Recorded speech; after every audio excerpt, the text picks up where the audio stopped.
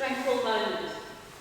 You got the old bin chicken, and he's got an eye, and it's somewhere there. It is there. It's closed. He's having a snooze.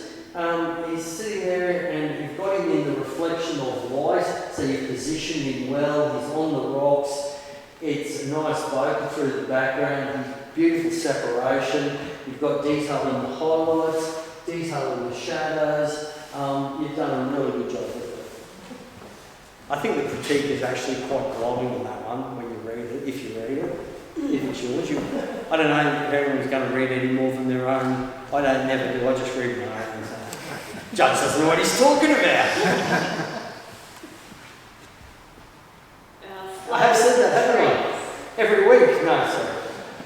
Okay, what I particularly liked, it's a bit grainy, but again, I come from the film days where we used recording film and we'd pump it up to 122,000 ISO back in the film days. I did some mental things back then and I had to develop it, and the negatives were so thin that went, let's not go into that. What I particularly like about this is you've got the shadows, see the shadows of the trees, and possibly a drone photo.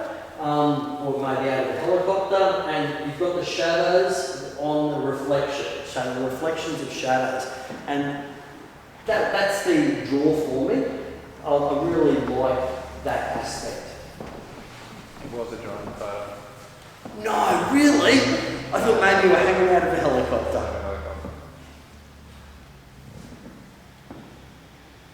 Bold and beautiful. Okay. Beautiful eyes. Is this yours?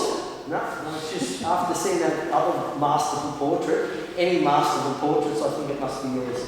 But obviously there's other people in the club that can produce. Yeah, the lighting on her face is just beautiful. You've got the nose, just a slight thing over the side. That is absolute studio. I like the hand. I like down to here. I think that's brilliant. The way you've done the hand, that's how you pose it. You've done a great job posing, but it sort of draws, as we talked about earlier, it draws away from the face. Not that you can get away from that face, but yeah, it's just lovely. Okay, Nocturne. Yeah, the luminosity on the snake is here. You've possibly got a strong vignette around it, which brings us back to the eye and all the scales, and it's a little bit shallow of depth of field, but then you don't want in images to always have, you don't want to see absolutely every scratch on every scale, but by the same token, you can't not miss the eye. You've done it. It's a nice composition and it's a good black and white.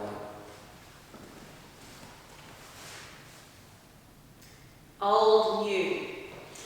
Now, this is one I looked at it for a long time. What I love about it is the fact you've got the clouds streaking by. The buildings aren't moving, but the clouds are streaking by. So it's like time is passing. And as the time passes, have you ever seen that movie, Time After Time, where he sits in a chair and the world screams by? Well, that's what's happening up here. And the buildings are all growing up. And then look, there's just a little flicker, just a nod to the past. Now, it's the angle. If it was mine, I possibly would have tried to bring it down a fraction, but you couldn't bring that back to there. So, as you look at it, you go, that is absolutely critical that that's in there. Beautiful black and white. You've got white, absolute white, you've got absolute black, and you've got all the shades in between. It's very dynamic as far as black and white tonality goes, and it's a very impressive black and white. And that's third place for Ron Miller. How the hell should do it, Ron? But it's a funny angle to do it, and it's interesting you've done it as a vertical. It might have been more impressive as a horizontal, as a landscape. Baked. Yeah. Now, all the animals have left their hooves as it rains and it turns into a quagmire.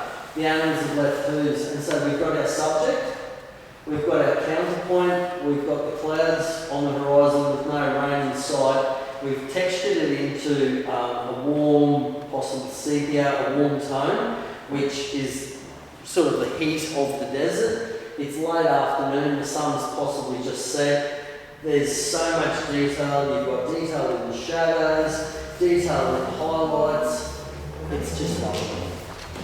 And that's second place for Jason Clark.